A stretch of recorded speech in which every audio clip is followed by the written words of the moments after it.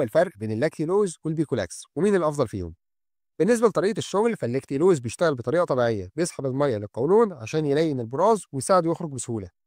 اما البيكولاكس فبيحفز عضلات الامعاء عشان تتحرك اسرع وتخرج الفضلات بسرعه.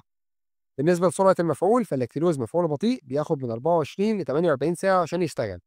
اما البيكولاكس فمفعوله سريع، بيبدا من 6 ل 12 ساعه، وده بيخليه اختيار مناسب لو عايز نتيجه سريعه. بالنسبه للاستخدامات في الحالات المختلفه فاللاكتيلوز مناسب للامساك المزمن، وبيستخدم كمان لمرضى الكبد لانه بيساعد في تقليل نسبه الامونيا في الدم. اما البيكولاكس فبيتاخد لما بيكون عندك امساك حاد وعايز حل سريع او قبل الفحوصات الطبيه اللي بتحتاج امعاء فاضيه. وبالنسبه للاعراض الجانبيه فاللاكتيلوز بيسبب انتفاخات وغازات، ولو الجرعه زادت ممكن يسبب اسهال. البيكولاكس بقى بيسبب تقلصات في البطن واسهال ودوخه وغثيان عند بعض الناس.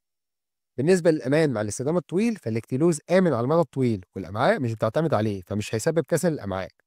اما البيكولاكس فاستخدامه لفتره طويله ممكن يخلي الامعاء تكسل وتعتمد عليه، فما ينفعش تاخده بانتظام لفترات طويله. وبالنسبه للافضل للاطفال والحوامل فاللاكتيلوز امن للاطفال والحوامل لو الجرعه متناسبه. اما البيكولاكس فمش مناسب للاطفال اقل من 4 سنين، ولازم استشاره طبيه قبل ما الحوامل تاخده. والخلاصه لو الامساك مزمن او عندك مشكله في الكبد اللاكتيلوز هو الافضل. اما لو الامساك مفاجئ وعايز حل سريع فالبيكولاكس هو الاسرع. ولو عايز حاجه امنه للاطفال او الحوامل اللاكتيلوز هو الاختيار الافضل. ولو عايز ملين لفتره طويله فاللاكتيلوز امان، لكن البيكولاكس ممكن يسبب كسل في الامعاء. ودلوقتي بعد ما عرفنا الفرق بين اللاكتيلوز والبيكولاكس تقدر تختار اللي يناسب حالتك. لو بتدور على حل لطيف وطبيعي للامساك المزمن اللاكتيلوز هيكون اختيار ممتاز. اما لو عايز حاجه سريعه للامساك المفاجئ فالبيكولاكس هيساعدك. بس دايما